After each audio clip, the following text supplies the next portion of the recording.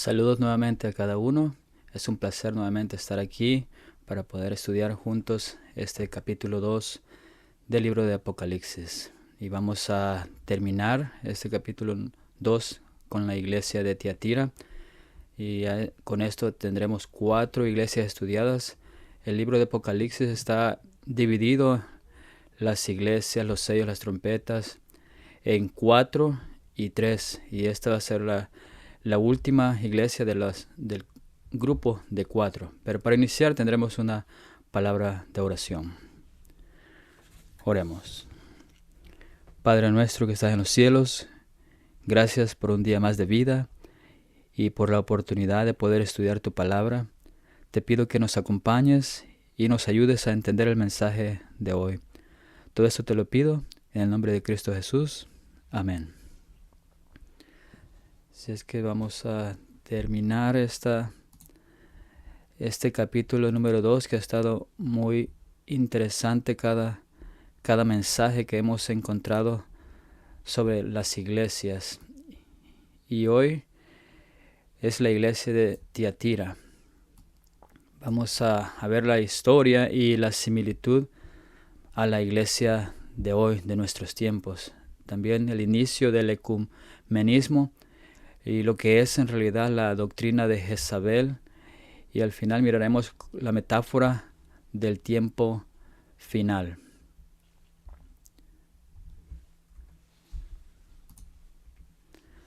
Y la iglesia de Tiatira la encontramos aquí en el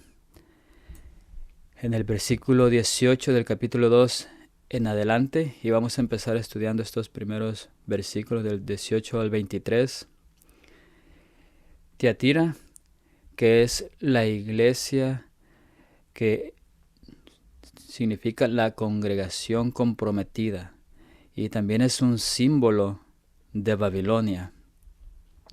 Esta ciudad era la más pequeña de las 7 ciudades mencionadas, pero recibe el más largo de los 7 mensajes.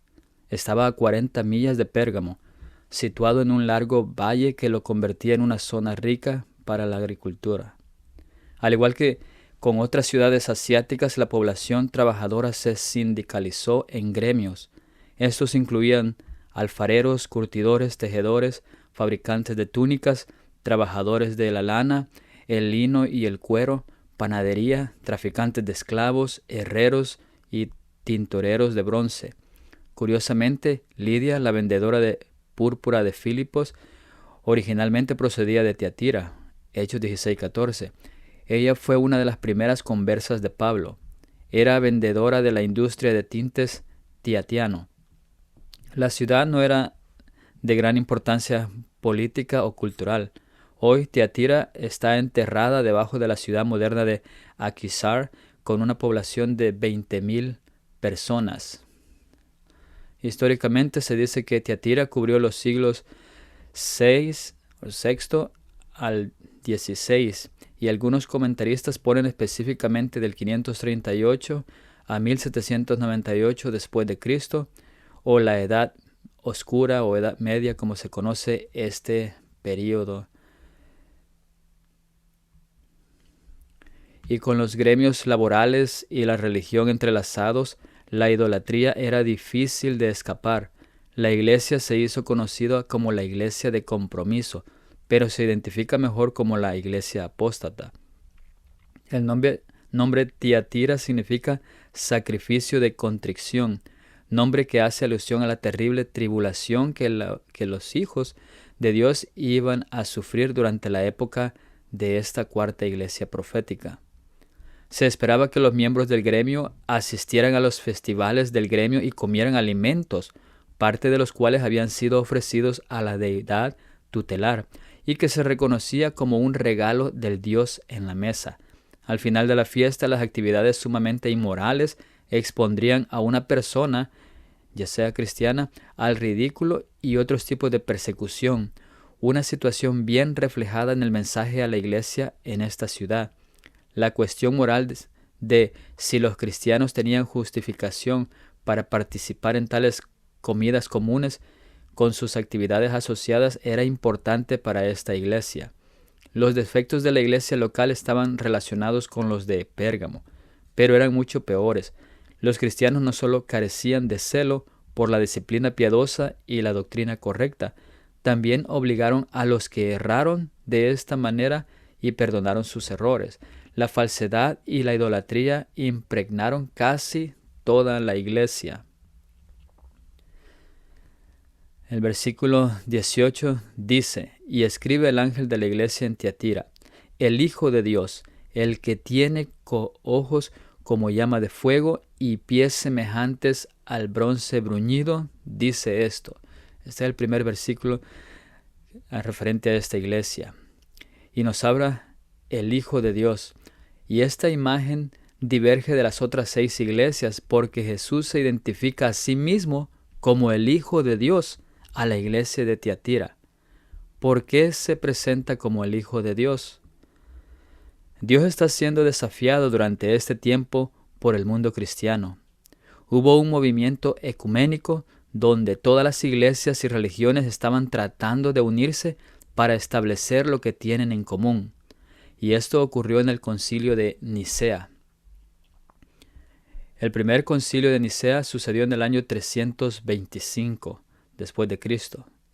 Y el primer concilio ecuménico de la iglesia cristiana fue que se reunió en la antigua Nicea, hoy es İznik, en Turquía, y fue convocado por el emperador Constantino I, un catecúmeno no bautizado, que presidió la sesión inaugural y participó en las discusiones.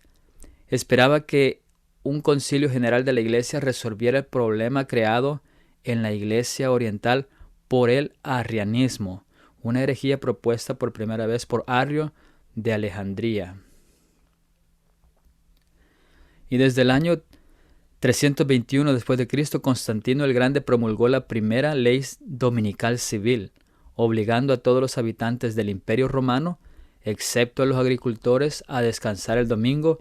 La iglesia iría cambiando las verdades bíblicas. En el año 325 hubo este movimiento ecuménico en el que todas las iglesias y religiones intentaban unirse para establecer lo que tenían en común.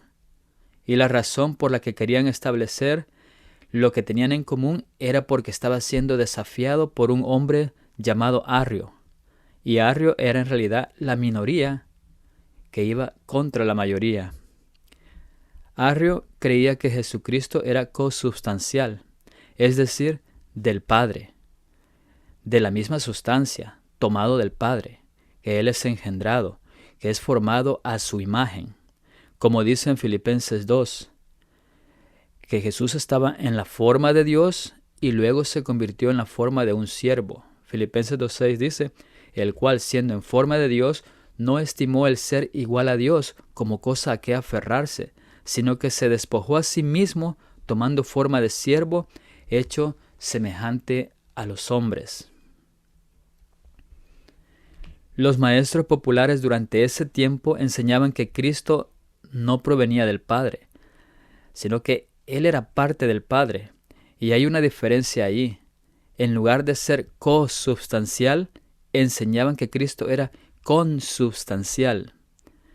Y esta fue la única ideología que estaban cambiando entre Arrio y las tradiciones comúnmente aceptadas del trinitarismo, que luego se convirtió oficialmente en el año 381 en trinitario.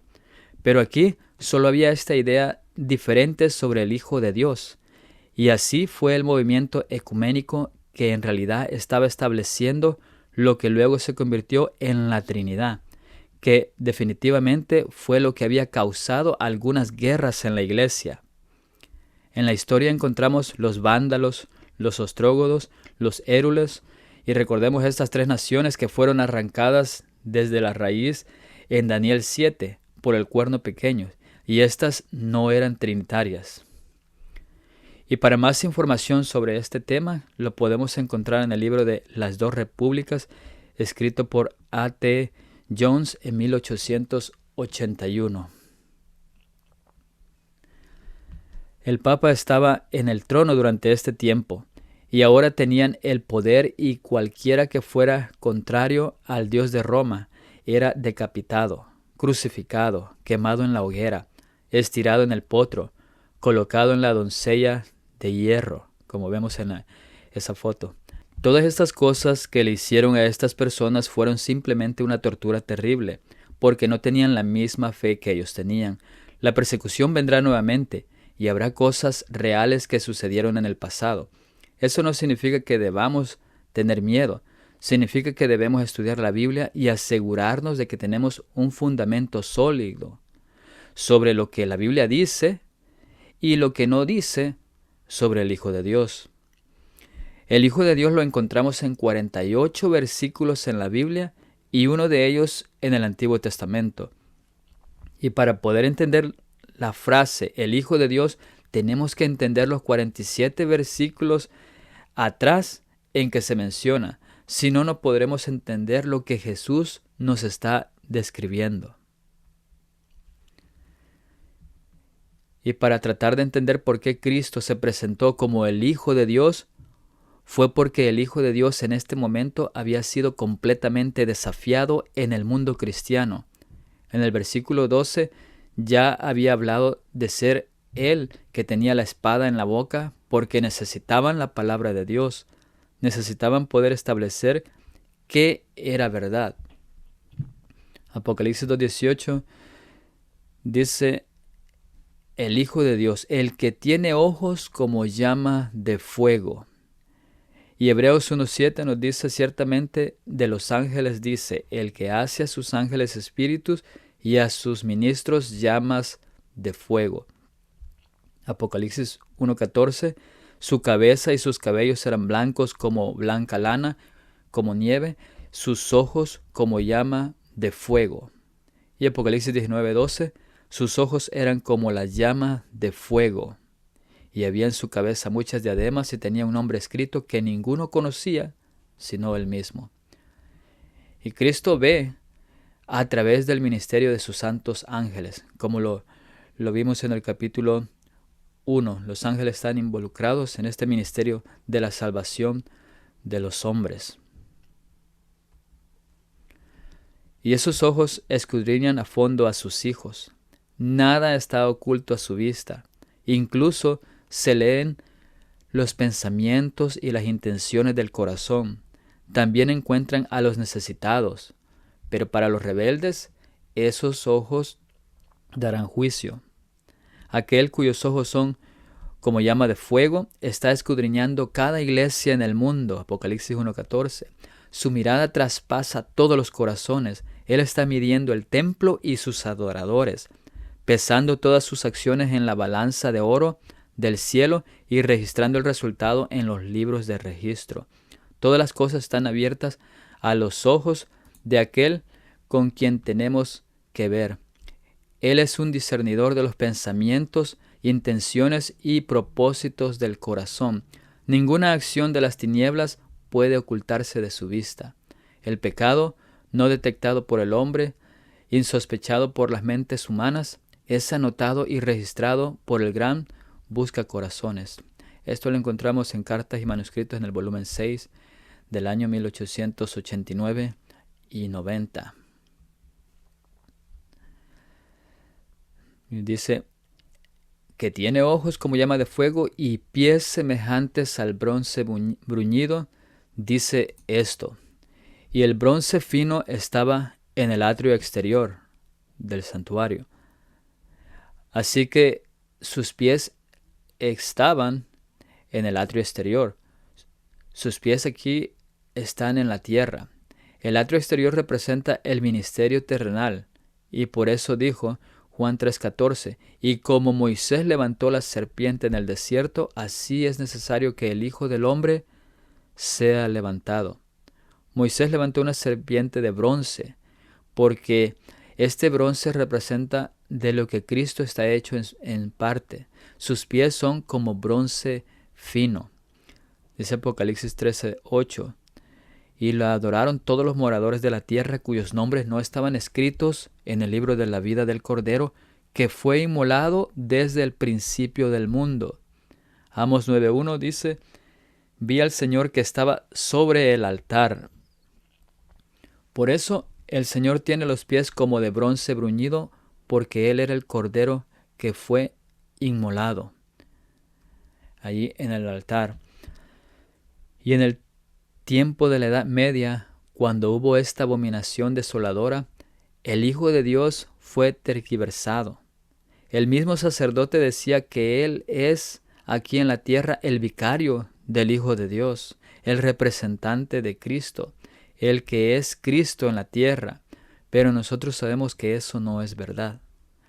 Cristo mismo ha enviado su Espíritu a través de los agentes que tiene para ser sus representantes en la tierra, y de esta manera Cristo se revela al mundo. Juan 14:22 dice: le dijo Judas, no el Iscariote: Señor, ¿cómo es que te manifestarás a nosotros y no al mundo? Respondió Jesús y le dijo: el que me ama, mi palabra guardará, y mi Padre le amará, y vendremos a él y haremos morada con él. De esa es la forma como Cristo se manifiesta a nosotros. Así es que en este versículo 18 tenemos que el concepto del Hijo de Dios estaba siendo desafiado, que el entendimiento de su espíritu fue desafiado también. En el tiempo de la abominación desoladora, el concepto del Espíritu de Dios y su ministerio fueron tergiversados. Y el sacrificio de Cristo que fue ofrecido a la humanidad fue totalmente malinterpretado por la iglesia. Pero a los pocos fieles les dice, en el versículo 19, yo conozco tus obras y amor y fe y servicio y tu paciencia, y que tus obras postreras son más que las primeras. Esta es la primera iglesia en ser elogiada por su amor y servicio.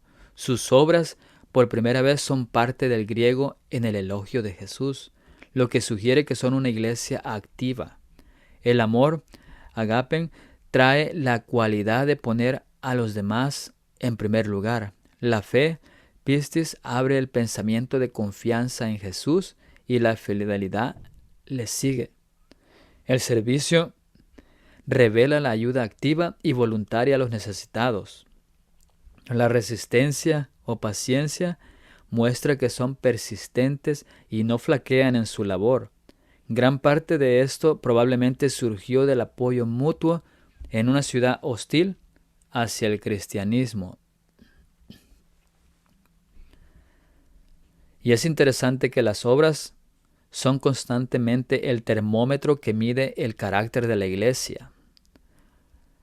Santiago dijo en Santiago 2:18, muéstrame tu fe sin tus obras, y yo te mostraré mi fe por mis obras. ¿Por qué es tan vital la centralidad del servicio y la fe? La verdadera fe nos trae la presencia de Dios. Esa presencia es un benefactor, ya que trabaja a través de nosotros. El sentido de esa presencia también puede llevarnos a través de las circunstancias más difíciles. No hay dos iglesias cristianas en Tiatira. Una totalmente dedicada a Jesús y su obra, y la otra una iglesia inmersa en el pecado y las prácticas de culto. Esta iglesia tiene ambas características. Por eso es tan importante como metáfora de los últimos días. A pesar de todas las cosas notables que agradaron a Dios que hicieron, todavía tenían problemas del corazón. Algo andaba terriblemente mal en su comprensión más profunda de la lealtad a Jesús. Por primera vez, Jesús trae amenazas contra una de sus iglesias.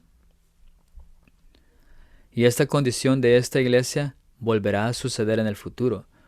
Muchos serán perseguidos, algunos puestos en cárceles, abandonados de todo apoyo, por no tener la misma fe que la abominación desoladora tiene, que será establecido nuevamente en lo que es la imagen de la bestia.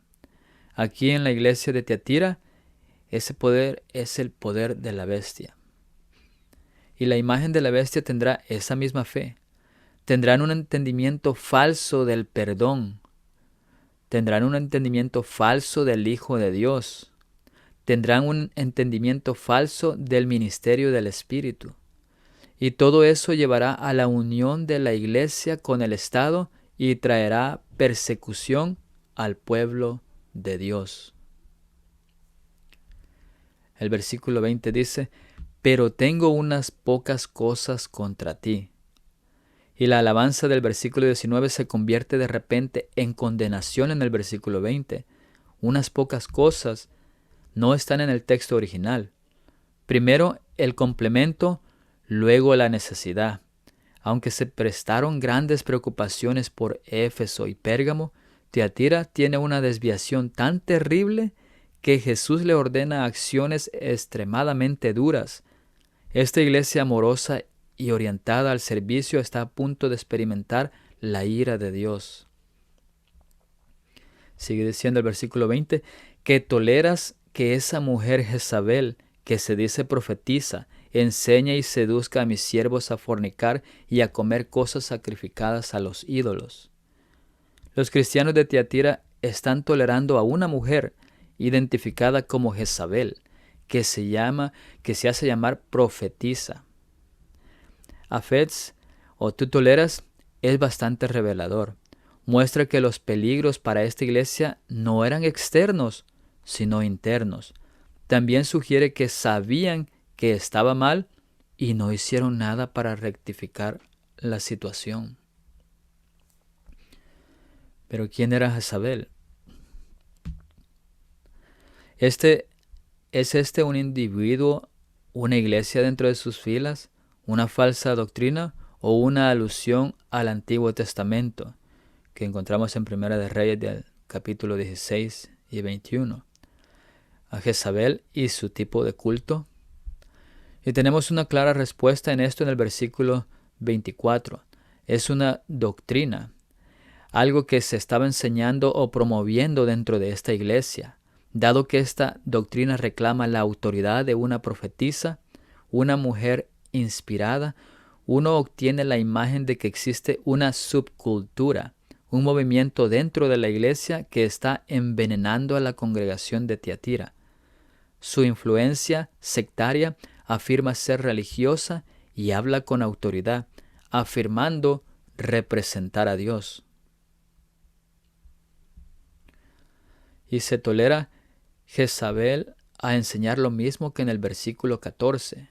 Regresando en el capítulo 2 al versículo 14, que ahí habla de Balaam, que enseñaba a Balac a poner tropiezo ante los hijos de Israel, a comer cosas sacrificadas a los ídolos y a cometer fornicación.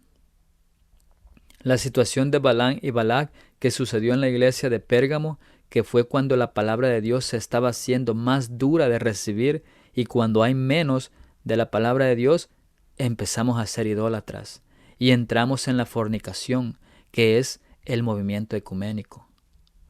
Y el movimiento ecuménico que se inició en los años 300, estableciendo el fundamento trinitario, lo que luego se convertiría en la Trinidad.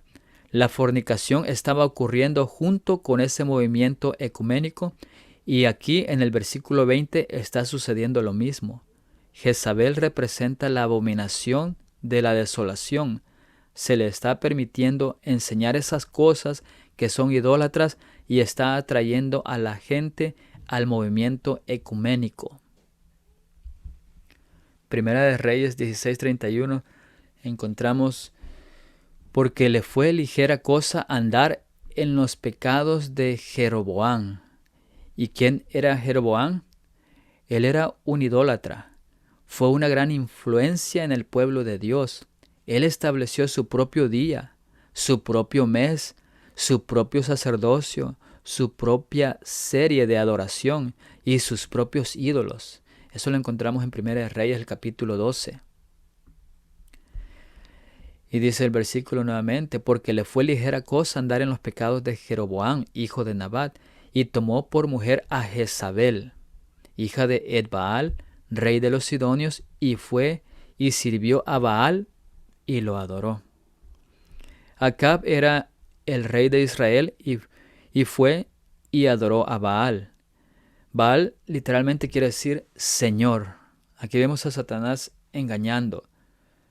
Sabemos que en la Biblia Señor pues se refiere a Jesús, pero Satanás siempre quiere desviar la adoración verdadera de Jesús a alguien más. Y en esta ocasión es Baal, que quería decir Señor. Y él era adorado como el principio productor de la naturaleza. Y acá promovía una religión corrupta. Ese era Baal, el principio y productor de la naturaleza. Pero nosotros sabemos que eso es falso.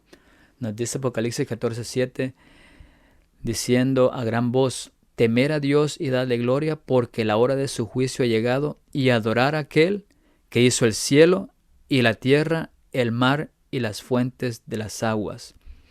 Ese es el verdadero Señor, el que hizo el cielo y la tierra, no Baal, como falso enseñanza. ¿Y pueden los reyes o líderes del pueblo de Dios servir a Baal?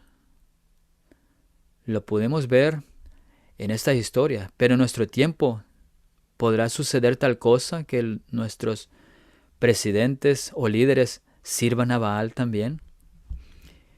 Pero ¿qué está pasando? Jezabel, cuando ella gobernaba al pueblo que se suponía que era fiel a Dios, pero se volvió idólatra. Se casaron con la iglesia falsa. Había iglesia y Estado unidos. Había idolatría como fundamento. Ambos juntos persiguieron al pueblo de Dios. Estaban sin lluvia por 42 meses o 1260 días, por tiempos y medio o 3 años y medio. Y ese es el mismo tiempo exacto que Jesús gobernó en esta tierra, que fueron 42 meses, 3 años y medio. Y la abominación desoladora está donde no debe de estar. Está personificando a Cristo durante los 1260 años en la Edad Media. Está copiando lo mismo que Jesús hizo. Jesús gobernó 3 años y medio o 1260 días, y esta abominación lo hace no en 1260 días, pero en esa época de la historia fueron 1260 años. Y la misma situación pasará justo antes de la segunda venida de Cristo.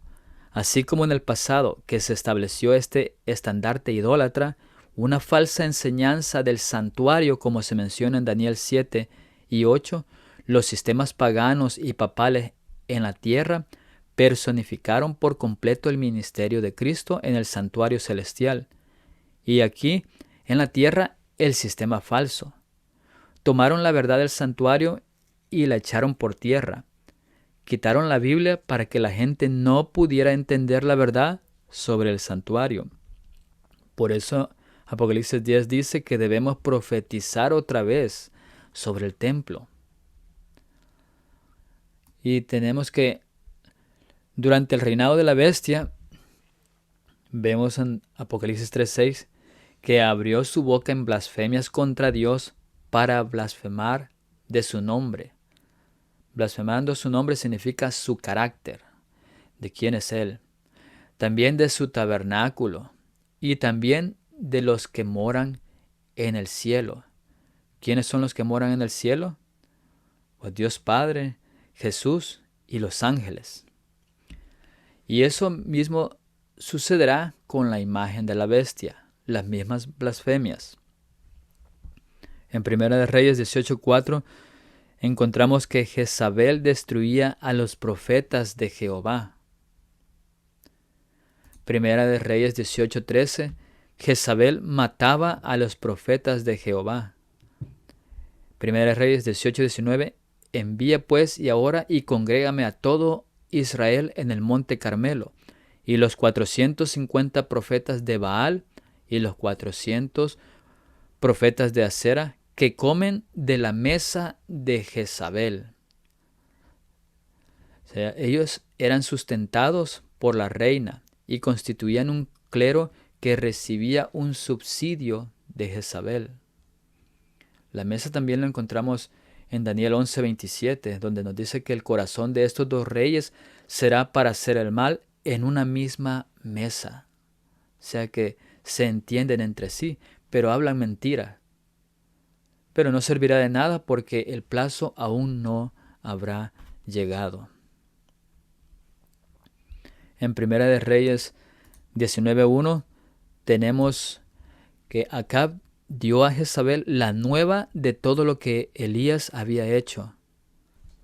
Jezabel sabía lo que había hecho el pueblo de Dios. Lo aprendió del ministro apóstata de la iglesia de Dios. Conoce todo. Este sistema conoce todo lo que el pueblo de Dios, los hijos de Dios, hacen. Primera de Reyes 19:2. Entonces envió Jezabel a Elías un mensajero. Primera de Reyes 21:5. Vino a él su mujer Jezabel y le dijo: ¿por qué está tan decaído tu espíritu y no comes?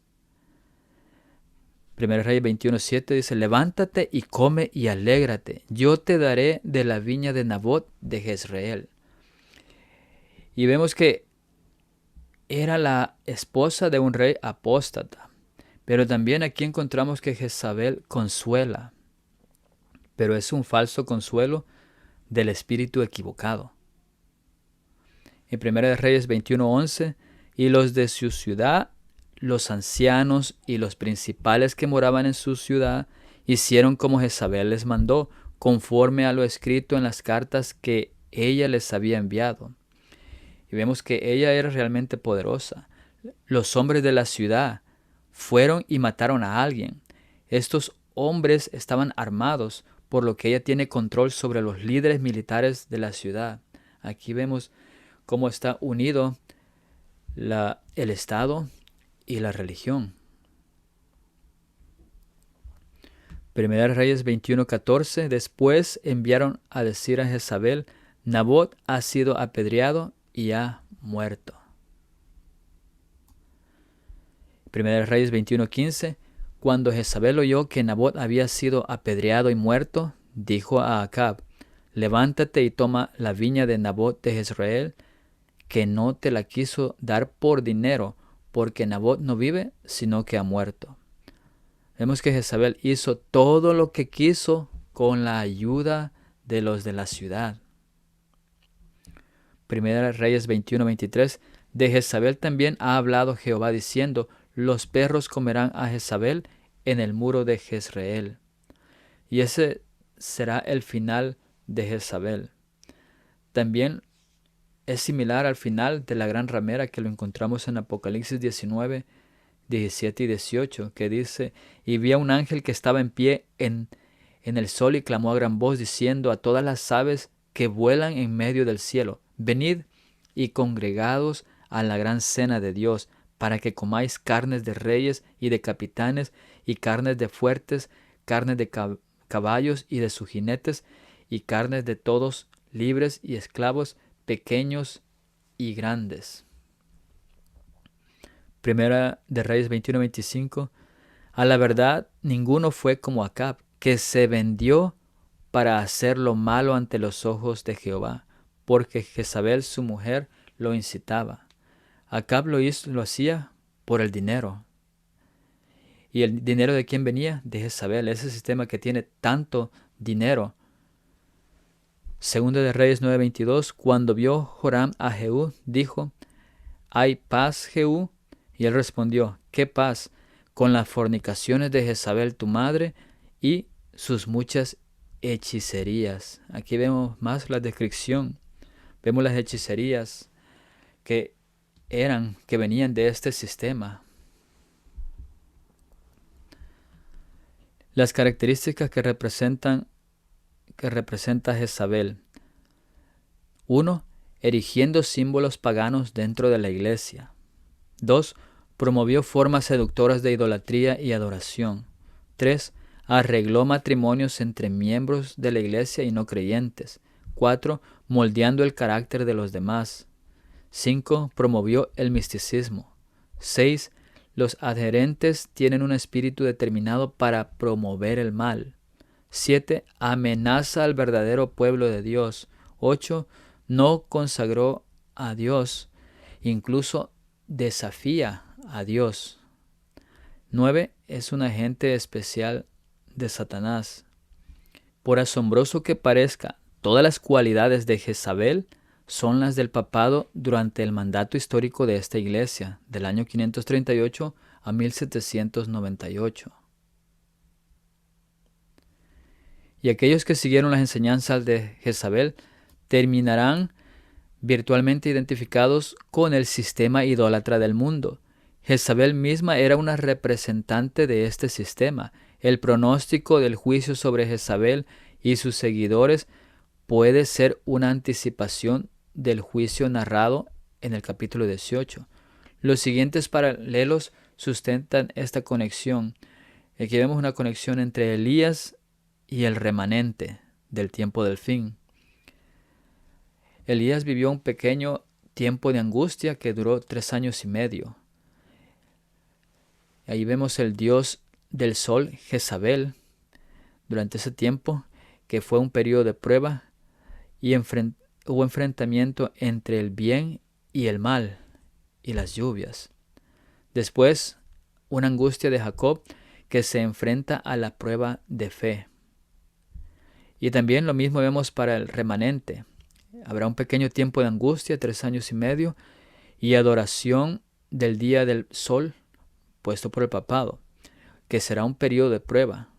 Y ahí veremos un enfrentamiento entre el bien y el mal, y también una lluvia tardía. Después una angustia de Jacob, que se enfrentan a una prueba de fe.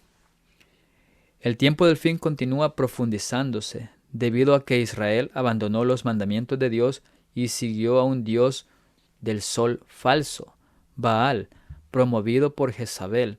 Israel recibió 3 años y medio de sequía como advertencia y prueba. Esto terminó con una fuerte lluvia torrencial. Y así como Elías señaló los errores a Israel con respecto a Jezabel, el remanente traerá un testimonio directo a la última iglesia. Dios estaba suplicando al mensajero de Tiatira que trajera un testimonio directo con esa congregación durante la Edad Oscura. Individuos y grupos fieles mantuvieron viva la verdad. Los reformadores fueron mensajeros contra las prácticas y doctrinas de Jezabel o el papado. Al final, el remanente, los 144,000, serán una vez más voces que denunciarán los pecados de Babilonia. Salid de ella, pueblo mío. Jezabel, afirmando tener autoridad religiosa, introdujo la adoración a Baal, el dios Sol, en Israel. Esto no es una proclamación de Dios, es una autoproclamación. Ella corrompió al pueblo de Dios al conducirlo a amplios engaños contra la adoración al sol. Así que el papado durante la Edad Oscura y también al final de los tiempos trajo y traerá influencias desmoralizadoras al ámbito religioso sobre la adoración del día domingo. Esto se hará mediante la autoproclamación de autoridad. Esto condujo a la persecución en la Edad Oscura y pronto volverá a ocurrir lo mismo. Se hizo aparecer un sistema falsificado de las cosas de Dios como si vinieran de Dios. Jezabel se pintó la cara y se vistió justo antes de ser arrojada al polvo desde su elevada posición a través de la ventana. Segunda de Reyes 9:30 y 33. En 1798 el papado fue arrojado al polvo. Al final, ella también llegará a su fin, un fin definitivo. Se ve a Babilonia ataviada justo antes de ser destruida repentinamente. Jezabel debe ser equipada con la ramera de Apocalipsis, capítulo 17, que también es una adúltera con los reyes de la tierra y una iglesia. La prostituta ofrece todos los beneficios de la relación matrimonial sin el compromiso. Es el adulterio espiritual. Allí, uno no necesita la relación del pacto basada en la ley, solo la gracia. En el adulterio espiritual tienes semilla plantada de hombre que no es Cristo, y por lo tanto tienes vida falsa creciendo en la mujer, y ésta tiene hijos. O si el hombre es bueno, ella corromperá su semilla. Históricamente, Jezabel trajo paganismo a la iglesia cristiana, y Jezabel se convierte en una metáfora del papado, al final, en un símbolo del anticristo. El versículo 21 dice, y le he dado tiempo para que se arrepienta, pero no quiere arrepentirse de su fornicación. La palabra arrepentirse es una palabra de esperanza para aquellos que están dispuestos. Para Jezabel, esta fue una apelación contundente y final. El juicio era inminente, vendría a ella y a aquellos involucrados con este estilo de vida comprometido. La historia de Jezabel es simbólica de lo que sucederá justo al final. El mensaje de Elías no solo será proclamado por toda la tierra, sino que la experiencia de Elías llegará a su pueblo a causa del odio de Jezabel. A los transgresores se le dieron muchas oportunidades para arrepentirse. En su hora de más profunda apostasía y mayor necesidad, el mensaje de Dios para ellos era de perdón y esperanza. Oseas 13:9 dice, te perdiste, oh Israel, mas en mí está tu ayuda. ¿Dónde está tu rey para que te guarde con todas tus ciudades y tus jueces, de los cuales dijiste, dame rey y príncipes? Versículo 22 dice, he aquí, yo la arrojo en cama y en gran tribulación a los que con ella adulteran, si no se arrepienten de las obras de ella. Mirad, prestar atención, ved lo que está a punto de ocurrir. La palabra griega, bayo o arrojad, sugiere un acto más bien violento. La estoy arrojando a la cama. Dios está llamando dramáticamente la atención al juicio que está a punto de ocurrir. Es una plaga o una enfermedad lo que Él está a punto de traer a estos apóstatas. ¿O es este el fin definitivo para un pueblo que se niega a arrepentirse? La cama a veces es emblemática de pestilencia y muerte, e incluso de perdición eterna. Y hay una alusión a la gran tribulación. En este juicio o castigo se produce un vínculo exegético con el capítulo 3, versículo 10 de Apocalipsis. La hora de la prueba ha de venir a este mundo entero. Y también el capítulo 7, versículo 14. Estos son los que han salido de la gran tribulación. Y esto enlaza directamente con Daniel 12:1. Y será tiempo de angustia cual nunca fue desde que hubo gente hasta entonces. Toda adoración falsa es adulterio espiritual.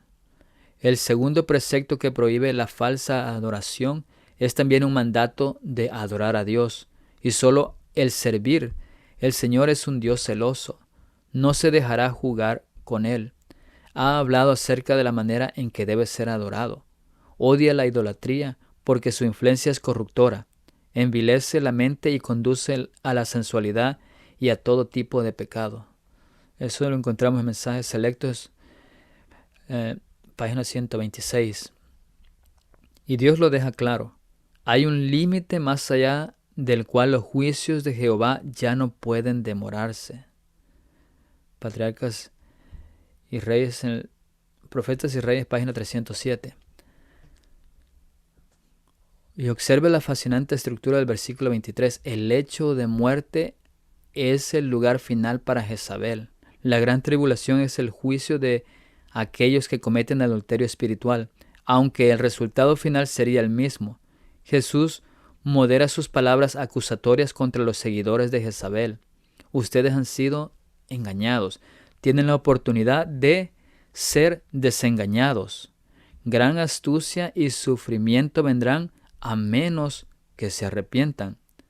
Jesús se mueve, como lo hace su imagen al comienzo de la carta, entre el juez y el pastor preocupado por su pueblo. Versículo 23 dice, y a sus hijos heriré de muerte. Y todas las iglesias sabrán que yo soy el que escudriña la mente y el corazón, y os daré a cada uno según vuestras obras. Y la palabra griega aquí para muerte es tantos, interpretada en hebreo como pestilencia o plaga.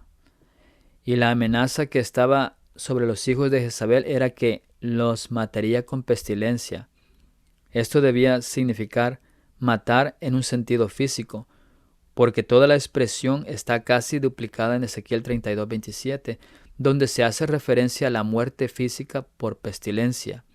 Y es muy probable que Tanakh significa pestilencia en lugar de su significado más común, la muerte. Y la alusión a pestilencias o plagas vuelve a traer a colación el final apocalíptico. Y dice, todas las iglesias sabrán que yo soy el que escudriña la mente y el corazón. Los juicios sobre Tiatira debían servir de lección para todas las iglesias. Esos hechos debían llegar a ser de conocimiento público entre el pueblo de Dios. Algunos han entendido que todas las iglesias significa todas las iglesias en todas partes hasta el fin de los tiempos. Incluye el tiempo en que estas iglesias envueltas en el ecumenismo adoptaron esas doctrinas. Y aunque la referencia inmediata es a estas 7 iglesias, pero en el propósito más amplio del libro, las 7 representan la iglesia universal de todos los tiempos. No solo hay un mensaje de limpieza final para Tiatira, sino que Él, Jesús, quiere que se conozca su identidad. Es muy específico lo que Jesús quiere que esta iglesia entienda. Las imágenes presentan la rapidez de sus pies para atraer y alentar la pureza de la verdad, pero los juicios están listos para penetrar la iglesia con su fuego. Dice, y os daré a cada uno según vuestras obras. Este es un tema de juicio. Te daré lo que merece tu comportamiento.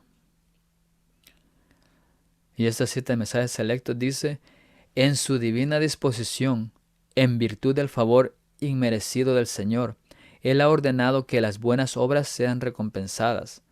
Somos aceptados solo por los méritos de Cristo, y los actos de misericordia, las acciones de caridad que realizamos son los frutos de la fe, y llegan a ser una bendición para otros, pues los hombres serán recompensados de acuerdo con sus obras.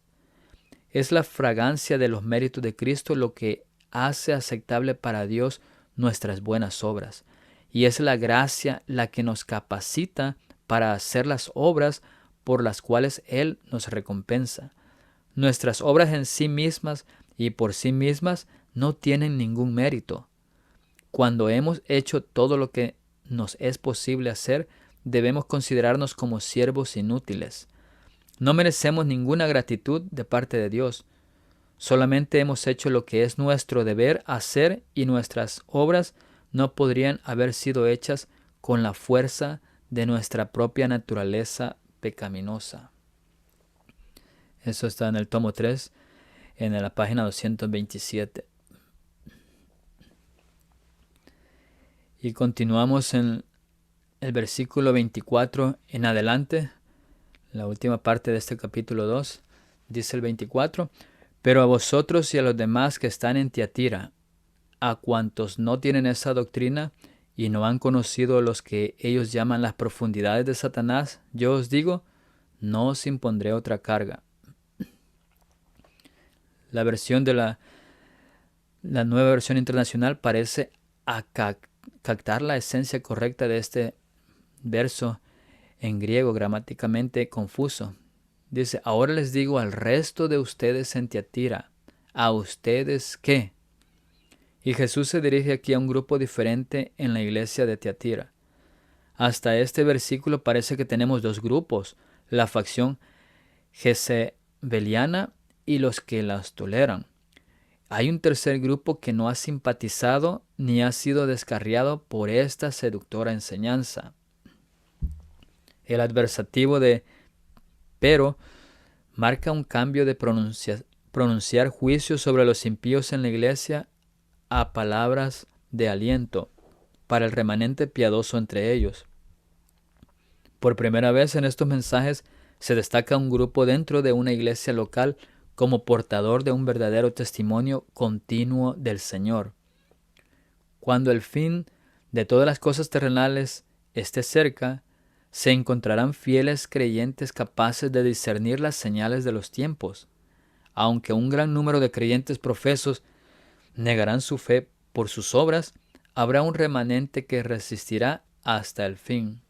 Eso está en Hechos de los Apóstoles, la página 427. Los fieles de la iglesia de Tiatira son un símbolo del último pueblo de Dios que será llamado fuera de Babilonia y se unirá a los 144,000. Son un símbolo del caballo negro bajo el tercer sello, esperando ser llamados a salir de las tinieblas. Como veremos en breve, Jesús estaba muy complacido. No tenía más recomendaciones. No pondré sobre vosotros otra carga. Y a cuantos no tienen esta doctrina y no han conocido lo que ellos llaman las profundidades de Satanás, vemos que Jesús reconoce o distingue a un grupo de individuos que le fueron fieles, se mantuvieron puros de la doctrina jezabeliana, que Jesús ahora describe de una manera nueva. Hemos visto el lenguaje de ira contra el pecado arriba. El significado completo de esto ha sido cognitiva y emocionalmente difícil de comprender. Con una sencillez contundente, Jesús se refiere a la falsa doctrina como algo tan grave que quienes están involucrados conocen las profundidades mismas de Satanás. ¿Puede haber algo peor o más despreciable o reprensivo para Dios que tener un miembro de la iglesia experimentando con problemas que están cerca del corazón de Satanás? Y esto involucra el reino demoníaco satánico. ¿Cuáles son las profundidades de Satanás? ¿Es simplemente conocimiento? ¿O es estar experimentando comportamiento satánico? ¿O es creer que podrían disfrutar de fiestas de ídolos con sus inmoralidades asociadas y estar sin pecado al mismo tiempo?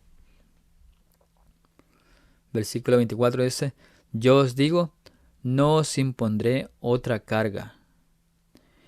¿Qué cargas pesan sobre los fieles de Dios? Y en el contexto de todo el mensaje aparece esta imagen. La mejor explicación es que la carga que pesa sobre los fieles es la de resistir la presión de Jezabel y de su grupo. La elección de abstenerse de sus malas prácticas sin duda resultó en ridículo. Cristo promete no imponerles ninguna carga más que la de continuar oponiéndose a ella. Jezabel y sus seguidores debían soportar la ira de Cristo, pero todo lo que los fieles deben soportar es la presión social resultante de su postura contra la fornicación o el ecumenismo y el consumo de carne sacrificada a los ídolos o la idolatría, todas esas doctrinas idólatras. Versículo 25 dice: pero lo que tenéis, retenedlo hasta que yo venga. ¿A qué se tienen que aferrar los fieles tiatirianos? Jesús comenzó su discurso elogiando su caridad, servicio, fe y paciencia. También señaló que continuaron mejorando estas obras especiales. Además, resistieron a Jezabel y sus doctrinas satánicas. Lo que ya tenéis, retenedlo. No cambiéis este curso en el que estás, mantente firme. Durante la Edad Media, esta iglesia tuvo sus paralelos de fidelidad frente al papado. Y Cristo pone este pasaje en el contexto de su glorioso retorno al decir: pero lo que tenéis, retenedlo hasta que yo venga. El conflicto de los siglos, página 32, dice: la misma existencia de estos creyentes que guardaban la fe de la primitiva iglesia era un testimonio constante contra la apostasía de Roma y por lo tanto despertaba el odio y la persecución más implacables. Era además una ofensa que Roma no podía tolerar el que se negasen a entregar las sagradas escrituras. Determinó raerlos de la superficie de la tierra. Entonces empezaron las más crueles cruzadas contra el pueblo de Dios en sus hogares de las montañas. Lanzáronse inquisiciones sobre sus huellas y la escena del inocente Abel cayendo ante el asesino Caín repitióse con frecuencia. Versículo 26. Al que venciere y guardare mis obras hasta el fin, yo le daré autoridad sobre las naciones. Y las palabras obras nos lleva de nuevo a la primera parte del mensaje de esta iglesia en relación con sus obras, en el versículo 19. La introducción a las promesas deja claro que son condicionales, como en el caso de las 7 iglesias. La recompensa es para el vencedor que mantenga estas obras hasta el final. La palabra fin, telos, sugiere la meta final, la conclusión, lo máximo. Solo se usa en otros 2 lugares en Apocalipsis, ambos en el contexto de yo soy el alfa y el omega, el principio y el fin. El mensaje es similar a las palabras anteriores de Jesús: el que persevere hasta el fin, éste será salvo. Y esto se da en el contexto de las señales duales del fin de los tiempos. Pablo usa telos cuando dice que luego los que son de Cristo en su venida, entonces vendrá el fin. 1 Corintios 15, 23, 24. Pedro también dijo: mas el fin de todas las cosas se acerca. 1 Pedro 4, 7. Por lo tanto, debemos concluir que tiene una aplicación primaria para la segunda venida, pero una secundaria para el fin de la vida. Y yo le daré autoridad sobre las naciones. Al que persevere, Jesús le concederá una parte en el reino mesiánico. Esto se pone de manifiesto en Salmo 2, del 6 al 12. Jesús se representa como hijo de Dios a los tiatianos. En el Salmo 2, Jehová le llama así: mi hijo eres tú, y yo te he engendrado hoy. Salmo capítulo 2, versículo 6 dice: pero yo he puesto mi rey sobre Sión, mi santo monte. Yo publicaré el decreto. Jehová me ha dicho: mi hijo eres tú, yo te engendré hoy.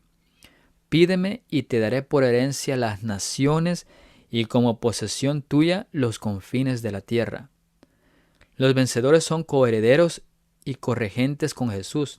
Esta referencia al gobierno es probablemente una referencia al juicio que los santos harán durante el milenio.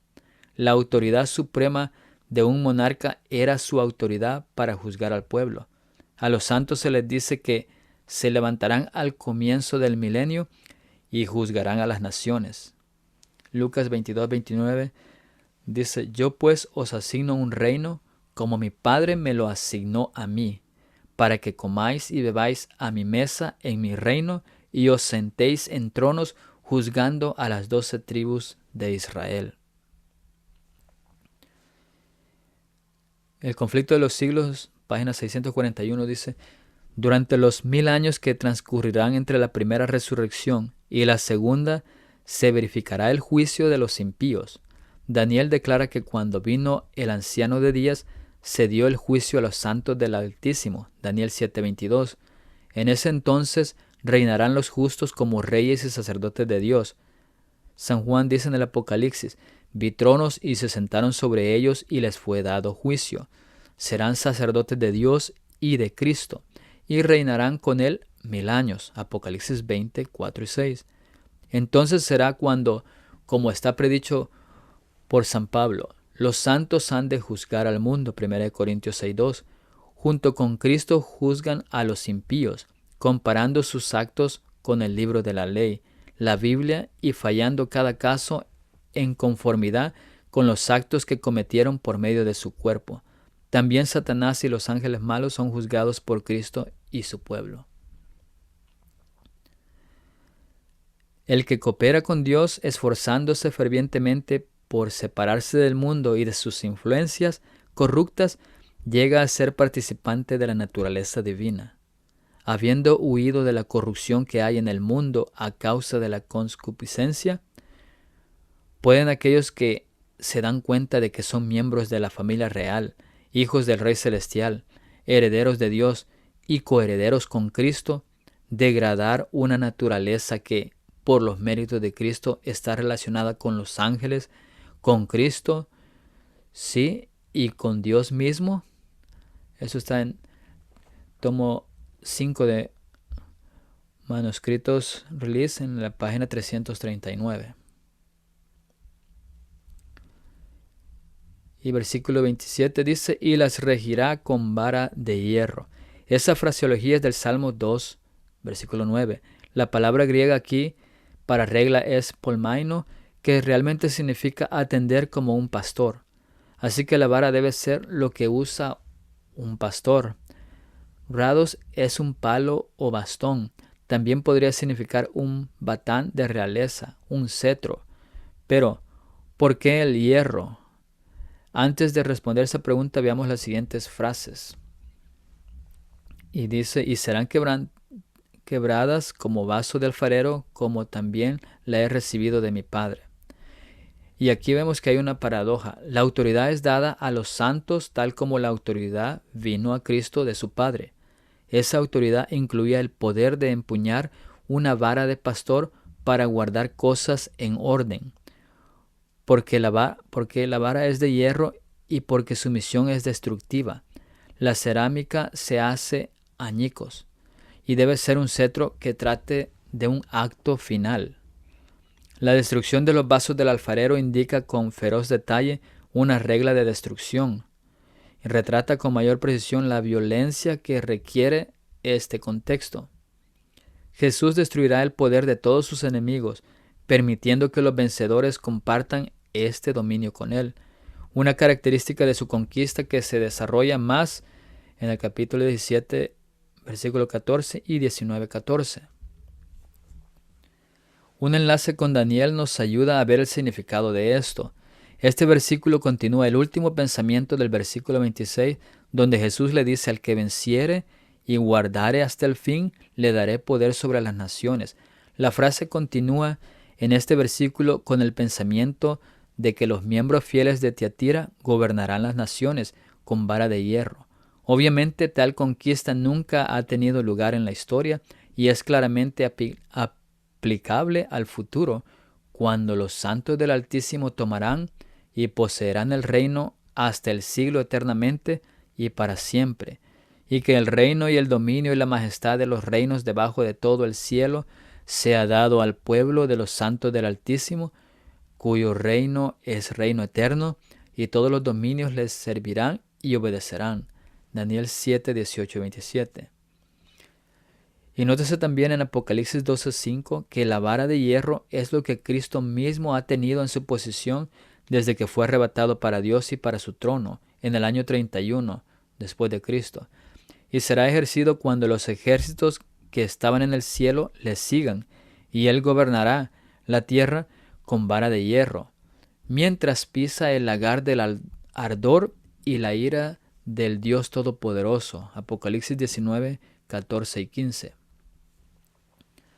Por lo tanto, esta vara de hierro es una metáfora para la ejecución del juicio. Pero él envía un mensaje en Apocalipsis 2, 26 y 27 y asigna ese deber a los vencedores de la iglesia de Tiatira. La imagen de la cerámica que se rompe sugiere que los fragmentos que se derrumban en un montón son inútiles. Están destruidos, no tienen futuro. Ahora nos adentramos en el contraste tiatiriano. El remanente tiene poder y autoridad para gobernar. Los impíos serán completamente destruidos. Los fieles llegarán a ser parte de su reino. El grupo de jezabelianos se convertirá en nada. El pueblo de Dios tendrá una presencia eterna con Jesús. Los que se unen a Satanás hasta lo más profundo llegarán a su fin.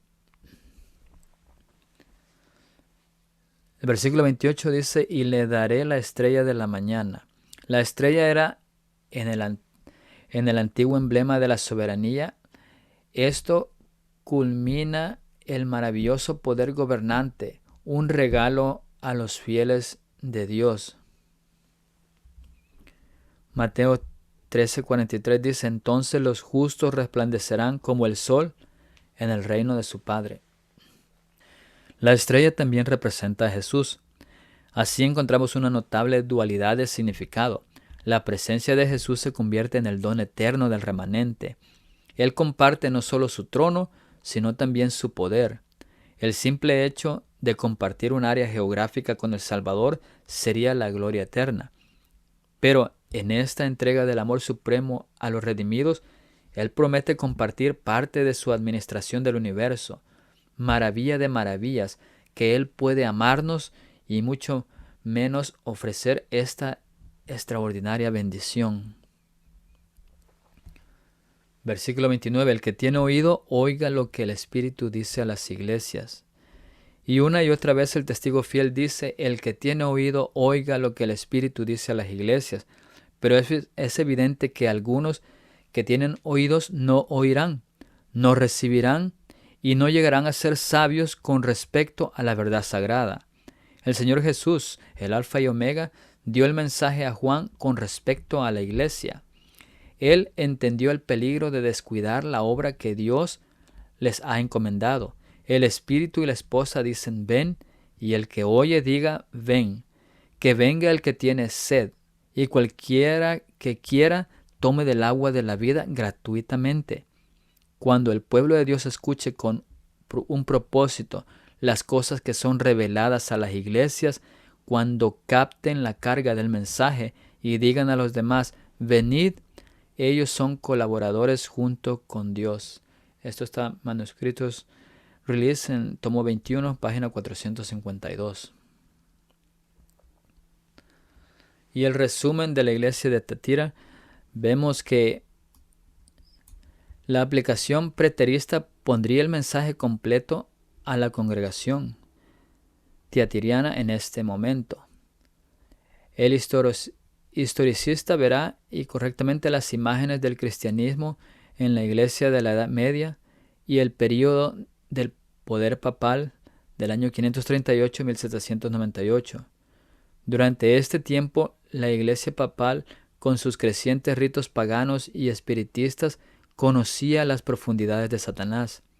Pero de ahí surgió la Reforma Protestante, y escondidos en la historia hay registros de muchos grupos de personas que preservaron la pureza del mensaje evangélico apostólico. Se puede hacer una aplicación más directa y completa al último periodo de la historia cristiana. El conflicto pre-advenimiento entre el bien y el mal se encarna en su descripción de los tres grupos reportados en Tiatira. Y aquí tenemos entre las 7 iglesias que Tiatira es el centro quiástico. En Efeso, Esmirna, Pérgamos y luego viene Tiatira.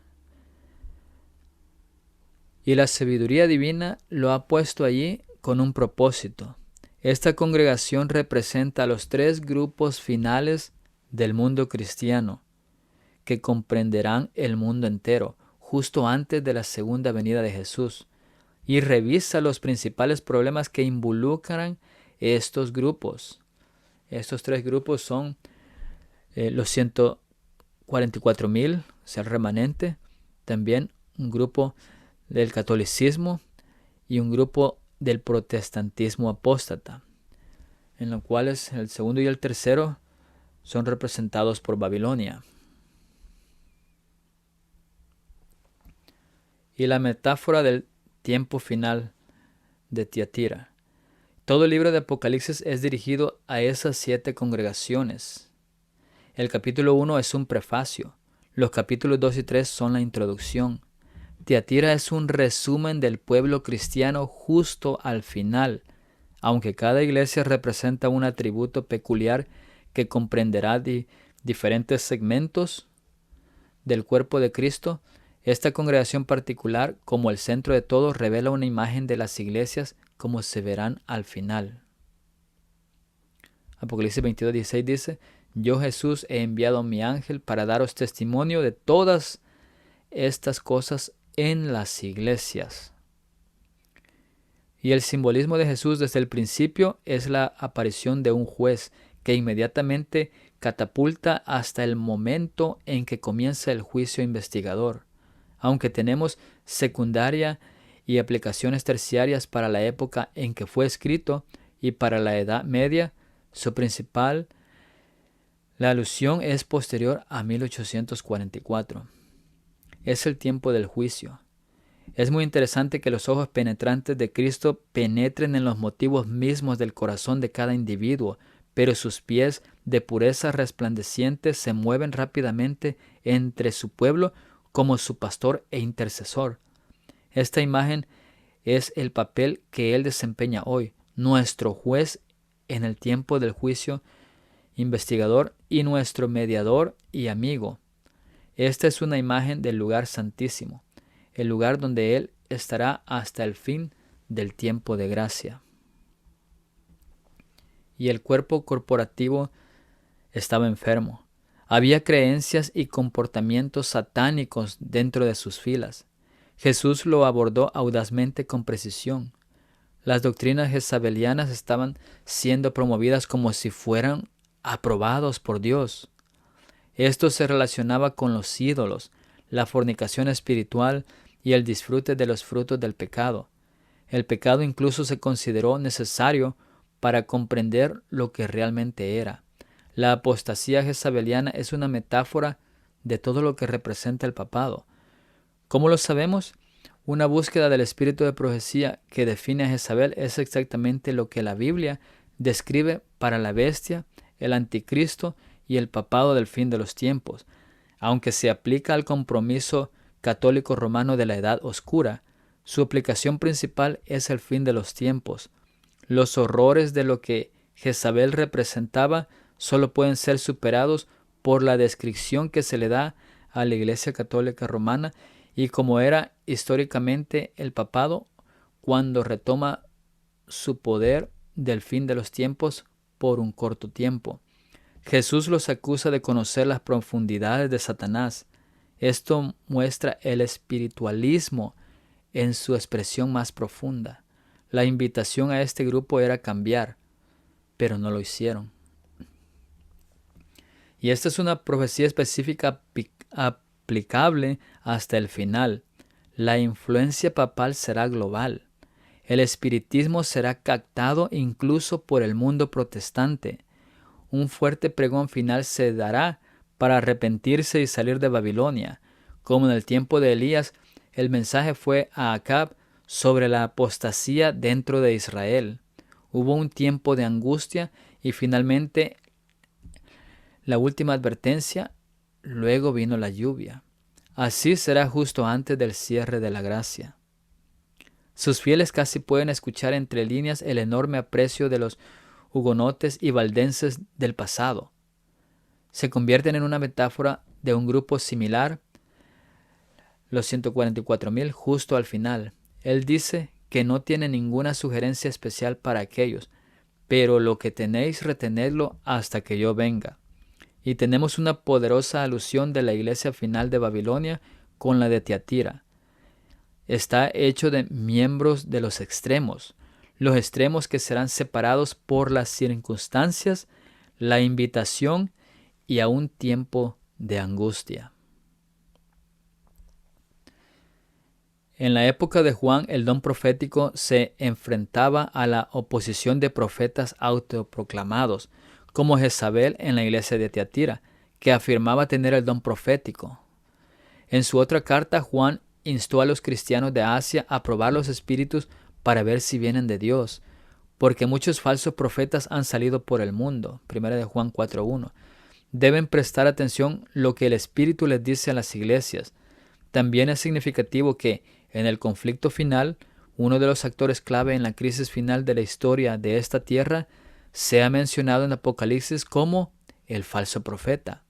Es por eso que el pueblo de Dios del tiempo del fin necesita la guía especial de Cristo que se les transmite por medio del espíritu de profecía, como se proporciona en las Escrituras, en el libro de Apocalipsis y por medio de un profeta genuino que Dios les pueda enviar.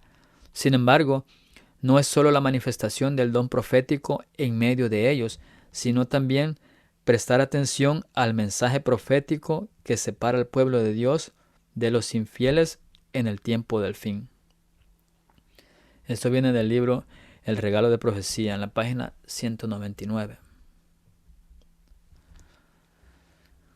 Y tenemos aquí al final la promesa a Tiatira que la encontramos en el versículo 26 al 28, que es: al que venciere y guardare mis obras hasta el fin, yo le daré autoridad sobre las naciones, y las regirá con vara de hierro, y serán quebradas como vaso de alfarero, como yo también la he recibido de mi Padre, y le daré la estrella de la mañana. Y el cumplimiento lo encontramos en Apocalipsis 22:5, no habrá allí más noche y no tienen necesidad de luz de lámpara ni de luz de sol, porque Dios el Señor los iluminará y reinarán por los siglos de los siglos. Apocalipsis 22:16, yo Jesús he enviado mi ángel para daros testimonio de estas cosas en las iglesias. Yo soy la raíz y el linaje de David, la estrella resplandeciente de la mañana. Y Apocalipsis 26, bienaventurado y santo el que tiene parte en la primera resurrección.